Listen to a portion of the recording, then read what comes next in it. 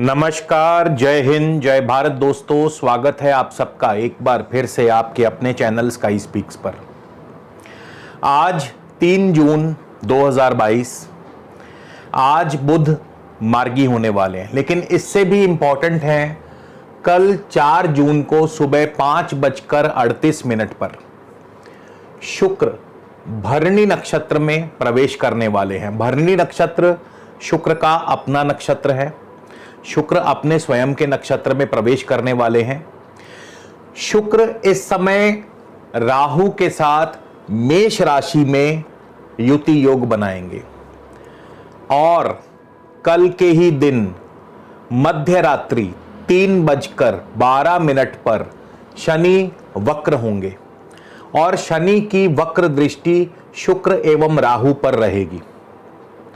तो ये जो योग बन रहा है शुक्र और राहु का, ये विशेष खास कर रहेगा। इस योग में अलग अलग लगन में उत्पन्न जातकों को अलग अलग प्रकार से फल प्राप्त होंगे, शनि की वक्र दृष्टि। और आज हम इसी बात पर चर्चा करेंगे कि किन जातकों को क्या और कैसे फल प्राप्त होंगे। तो कहीं मत जाइएगा, वीडियो को शुरू से लेकर अंत तक जरूर देखिएगा। इसके अलावा दोस्तों, यदि आप मुझसे किसी भी प्रकार का निजी ज्योतिष या परामर्श लेना चाहते हैं तो स्क्रीन पर मेरा व्हाट्सएप नंबर दिया है। आपसे निवेदन है, कृपया इस व्हाट्सएप नंबर पर आप मुझे कंसल्टेशन या फिर परामर्श टाइप करके लिख करके मैसेज कर दीजिए। इसके बाद आगे की पूरी प्रक्रिया व जानकारी आपको उत्तर में मिल जाएगी। उसके बाद आप चाहें तो अपना अपॉइंटमेंट बुक करवा सकते हैं, शुल्क लागू रहेंगे। इसके अलावा हमारी वेबसाइट है www.skyspeaks.in। आप हमारी वेबसाइट के माध्यम से भी अपना अपॉइंटमेंट बुक करवा सकते हैं।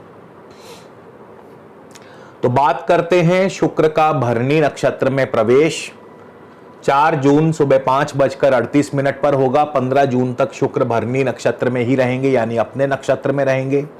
शनि की वक्र दृष्टि रहेगी, शुक्र राहु का संयोग। शुक्र और राहु के युति के बारे में बहुत सारे शास्त्रों में, ज्योतिष शास्त्र के अलग अलग स्कूल्स में, अलग अलग थॉट्स में इसके बारे में बहुत कुछ लिखा गया है। वैदिक के कुछ विद्वानों ने शुक्र राहु की युति को क्रोध योग माना है कि शुक्र राहु जब इकट्ठे होंगे तो क्रोध योग बनता है, क्रोध व्यक्ति में क्रोध पनपता है। किसी वैदिक ज्योतिष के ग्रंथ ने उन्मत्त योग का नाम दिया है, किसी वैदिक ज्योतिष ने इसे काम योग का नाम दिया है। लाल किताब ने भी शुक्र राहु की युति को मिट्टी से भरी काली आंधी माना है। शुक्र राहु जब भी किसी जातक की कुंडली में इकट्ठे होंगे, और खास करके ध्यान दीजिएगा जब भी ये 6 डिग्री से कम अंतर पर होंगे और सेंसिटिव पॉइंट्स पर होंगे, सेंसिटिव हाउसेस में होंगे, जैसे उदाहरण के लिए सप्तम भाव में होंगे या नवम भाव में होंगे या किसी अन्य दूस्थान छठे भाव में होंगे, इनको हम सेंसिटिव हाउस कहते हैं। तो ये दाम्पत्य जीवन में निसंदेह दुविधा पैदा करते हैं, दाम्पत्य जीवन में ये कटुता पैदा करते हैं, दाम्पत्य जीवन में उथल पुथल मचा देते हैं। इसके कई कारण हो सकते हैं। शुक्र राहु के इस युति योग के फल स्वरूप आपके पार्टनर की सेहत खराब हो सकती है, आपकी अपने पार्टनर से अनबन हो सकती है।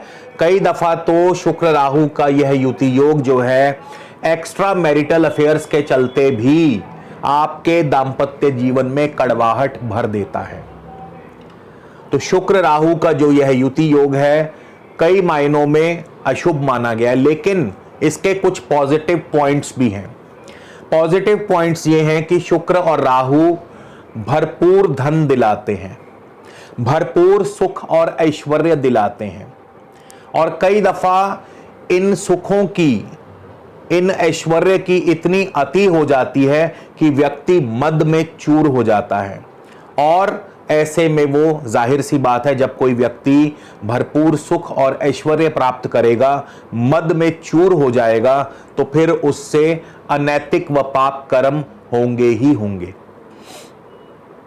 और यहीं पर आपको ध्यान रखना है कि आपको अनैतिक कर्मों में लिप्त नहीं होना है, आपको अपनी मर्यादा को क्रॉस नहीं करना है, अन्यथा शुक्र और राहु फिर आपको किसी बड़ी मुसीबत में भी डाल सकते हैं, क्योंकि शनि की वक्र दृष्टि भी है जो कि आपको अपयश का सामना करवा सकती है, यानी आपके मान सम्मान पर भी कोई ना कोई प्रश्न चिन्ह लग सकता है, लांछन लग सकता है।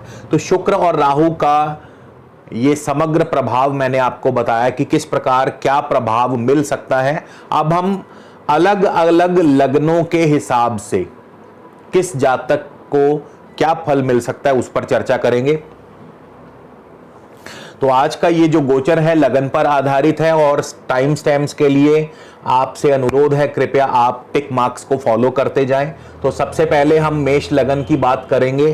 तो मेष लगन से यह युति योग आपके मेष लगन मेष राशि में ही बन रहा है, और शुक्र राहु का यह युति योग क्योंकि लगन में बन रहा है, शनि की दृष्टि है, तो आपके लिए अत्यंत जरूरी है कि नैतिकता पर चलें, अपनी मर्यादा क्रॉस ना करें, अन्यथा आप बड़ी मुसीबत में फंस सकते हैं, दुविधा में फंस सकते हैं, आपको अपयश का सामना करना पड़ सकता है, क्योंकि शुक्र राहु के बारे में मैं ऑलरेडी इंट्रोडक्शन दे चुका हूं। क्रोध योग बनाते हैं, उन्मत्त योग, काम योग बनाते हैं, जिसके फलस्वरूप आपको मिट्टी से भरी काली आंधी का सामना करना पड़ सकता है। तो ऐसे में आपके दाम्पत्य पर इसका कुप्रभाव जो है वो पड़ सकता है। लेकिन इसके जो पॉजिटिव साइड्स हैं, पॉजिटिव साइड्स क्या हैं? शुक्र धन और सप्तम भाव के स्वामी हैं, तो जाहिर सी बात है कि आपकी आर्थिक स्थिति मजबूत होगी। आपका सप्तम भाव व्यापार का है, व्यापार मजबूत होगा, व्यापार में आपको नए नए ऑर्डर्स, नए नए प्रोजेक्ट्स मिलते रहेंगे।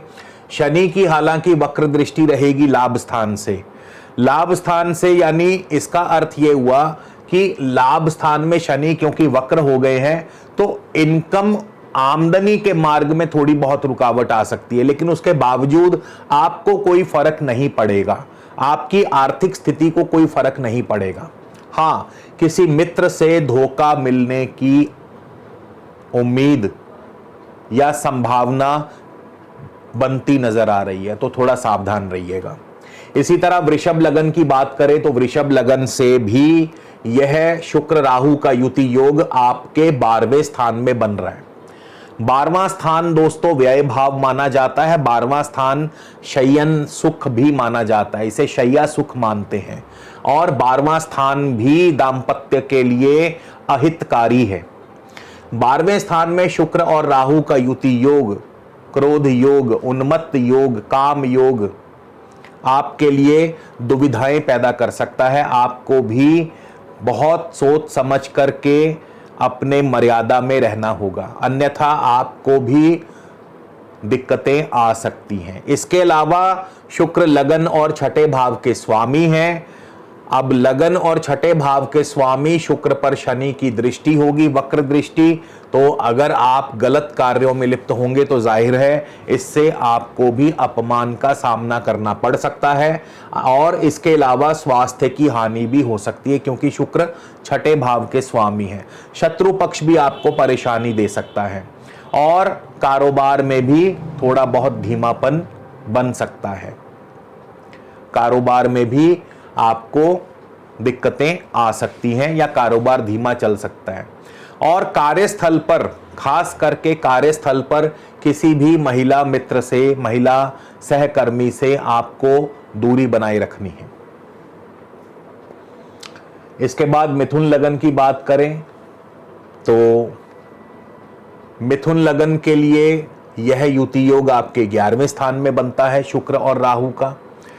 अब 11वां स्थान मित्रों का है, 11वां स्थान इनकम का है, गेन्स का है, सक्सेस का है, आमदनी खूब होगी, लाभ खूब मिलेगा, इनकम अच्छी होगी, लेकिन यहाँ पे मित्रों के साथ भी आपका अच्छा तालमेल बना रहेगा। शुक्र और राहु, यहाँ पे मैं महिला या पुरुष मित्रों की बात कर रहा हूँ। शुक्र पंचम और द्वादश भाव के स्वामी भी है। तो पंचम भाव जैसा कि प्रेम संबंधों का है, प्रेम संबंधों में महिला मित्रों के साथ आपके संबंध जो हैं वो प्रगाढ़ होंगे। और इसके अलावा पंचम भाव शेयर मार्केट का है, तो शेयर मार्केट से अचानक लाभ होगा। द्वादश भाव भी जुड़ा हुआ है। द्वादश भाव व्यय को दर्शाता है, निवेश को दर्शाता है, तो किसी बड़े कार्य में निवेश या व्यय हो सकता है। शनि की नवम भाव से दृष्टि रहेगी और नवम भाव से शनि की जो दृष्टि है, वक्र दृष्टि, वो कहीं ना कहीं पिता पक्ष की तरफ से चिंता व परेशानी को उजागर करती है। तो मिथुन लगन वालों के लिए भी यह युति योग 11वें स्थान में ठीक ठाक रहेगा, बढ़िया रहेगा। केवल नवम भाव से शनि की वक्र दृष्टि जो है आपके लिए चिंताजनक हो सकती है। भाग्य के मामले में थोड़ी बहुत रुकावट जो है वो जाहिर करती है। और इस वीडियो के अंत में मैं आपको बताऊंगा कि क्या उपाय आपके लिए शुभ रहेगा। सभी आप किसी भी लग्न में पैदा हुए हों या किसी भी राशि में आपका जन्म हुआ हो, उपाय सबके लिए एक ही रहेगा, कॉमन उपाय बताऊंगा।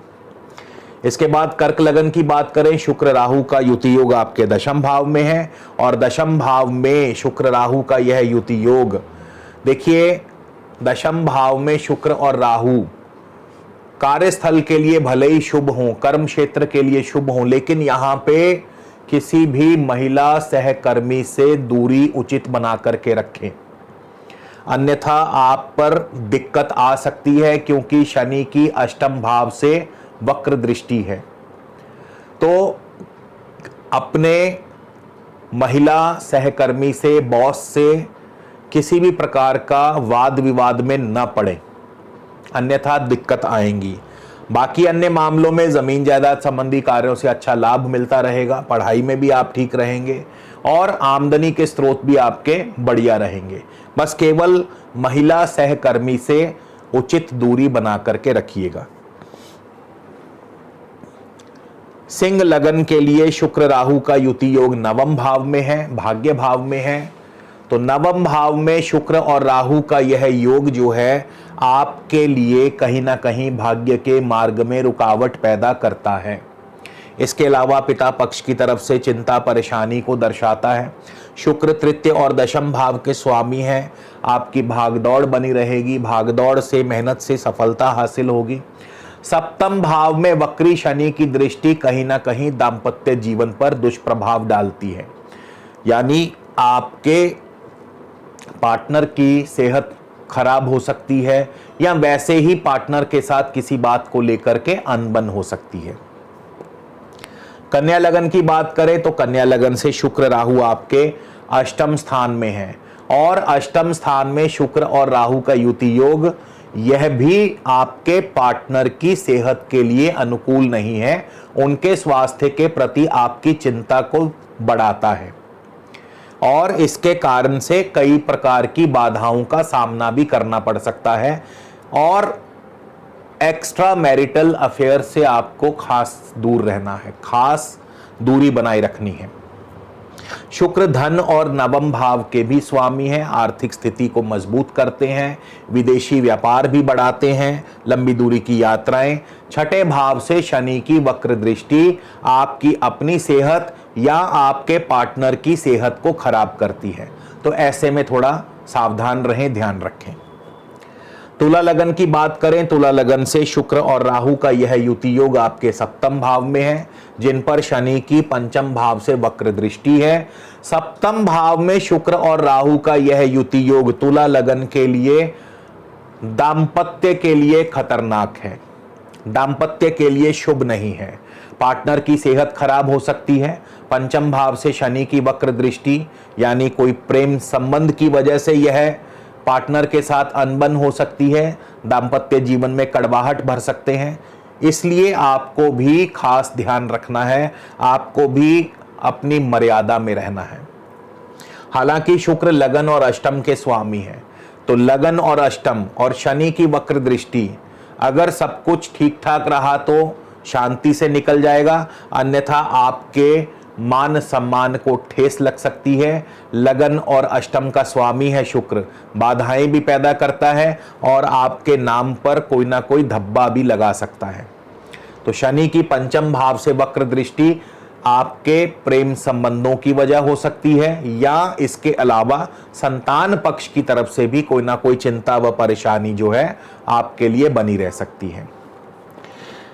वृश्चिक लगन की बात करें तो वृश्चिक लगन से शुक्र एवं राहु का यह युति योग छठे भाव में बन रहा है। छठा भाव रोग स्थान है, तो सेहत का, स्वास्थ्य का ध्यान रखें, खास करके अपने पार्टनर की सेहत का ध्यान रखें। और इसके अलावा दाम्पत्य में भी छठा भाव जो है अहितकारी माना जाता है, दाम्पत्य के लिए बढ़िया नहीं, क्योंकि सप्तम से द्वादश पड़ता है।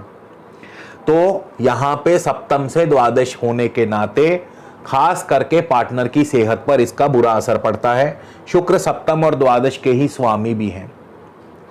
और शनि की चौथे भाव से दृष्टि है वक्र दृष्टि, जो कि चौथे भाव से शनि की दृष्टि, वक्र दृष्टि भी आपके दाम्पत्य पर बुरा असर डालती है। खास करके वृश्चिक लगन वालों के लिए भी यह युति योग छठे भाव में शुभ नहीं है। रोग, ऋण और शत्रु आपको तीनों परेशानी की वजह बन सकते हैं।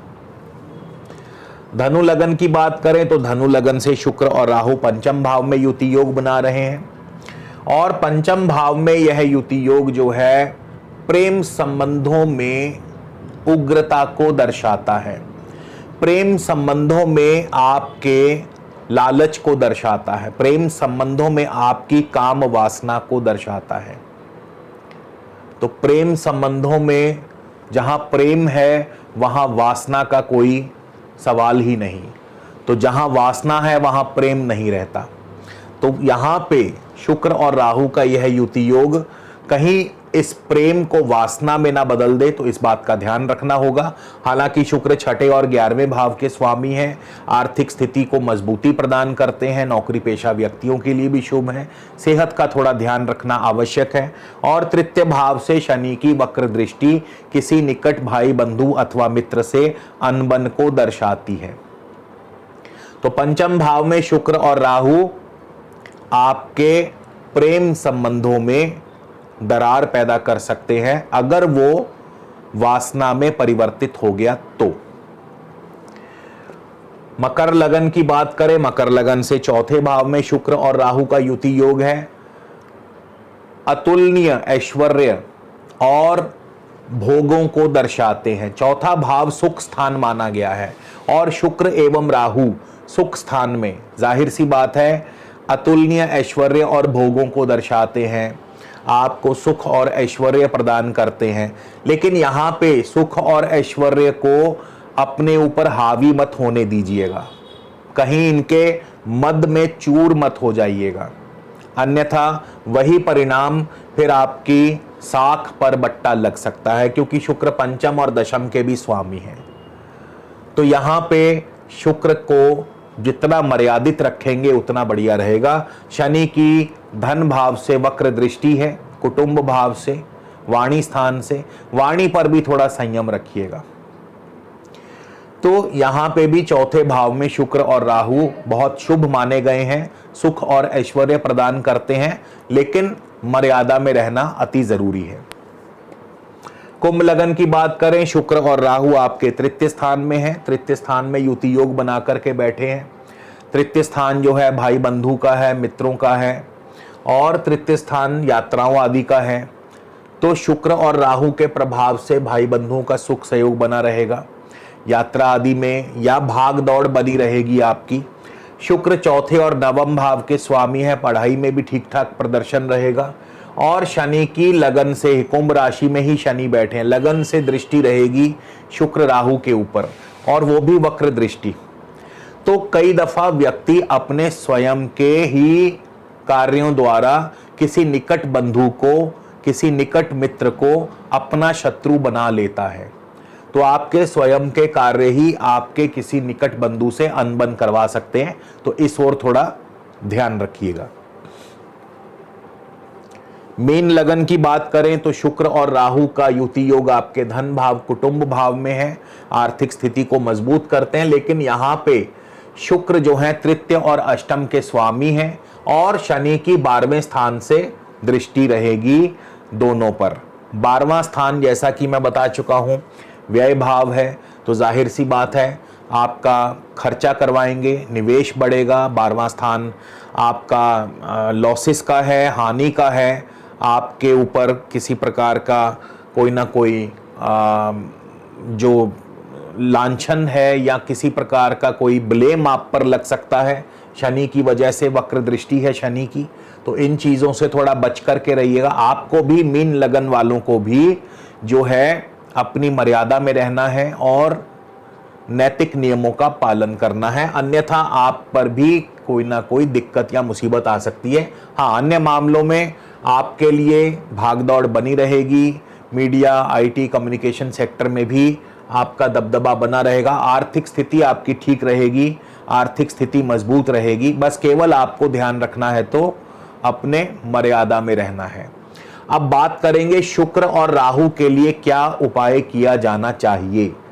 शुक्र और राहु आपके लगन से किसी भी भाव में चल रहे हों, सभी 12 लग्न के लिए कॉमन उपाय क्या बनता है, और बहुत सरल उपाय मैं बताऊंगा। आप केवल इतना करें कि एक जो नारियल है, कोई भी नारियल, सूखा नारियल ले लें, उसको आधा काट लीजिए और आधा कट करने के बाद उस नारियल में गाय का देसी घी भर के और उसमें ज्योत जला करके मंदिर में रख दीजिए। नारियल टिकेगा नहीं, तो इसके लिए कुछ नीचे से इस प्रकार से इंतजाम कीजिए कि नारियल टिक जाए, या नारियल को नीचे से थोड़ा समतल बना लीजिए। तो नारियल के आधे हिस्से में आप जो है गाय का देसी घी भर के और उसमें ज्योत जगा करके मंदिर में रख दीजिए। तो इससे भी शुक्र और राहु के दुष्प्रभाव जो है कम होंगे, और ऐसा आप प्रत्येक शुक्रवार के दिन कर सकते हैं। और उस दिन गौ माता को, खास करके काली गाय को, अपने वजन के बराबर चारा खिलाइए। इससे भी आपका दाम्पत्य जीवन सुधरेगा, मधुर होगा, आपस में तनाव कम होगा। और तीसरा उपाय क्या कर सकते हैं, आप दूध और दूध से बनी वस्तुएं जैसे कि बर्फी या घी आदि भी मंदिर में दान कर सकते हैं। तो इन चीजों के दान से शुक्र और राहु के दुष्प्रभाव नहीं मिलेंगे। तो दोस्तों, इसी के साथ आपसे विदा लेता हूं। अगले वीडियो में फिर मुलाकात होगी, तब तक के लिए नमस्कार। जय हिंद, जय भारत।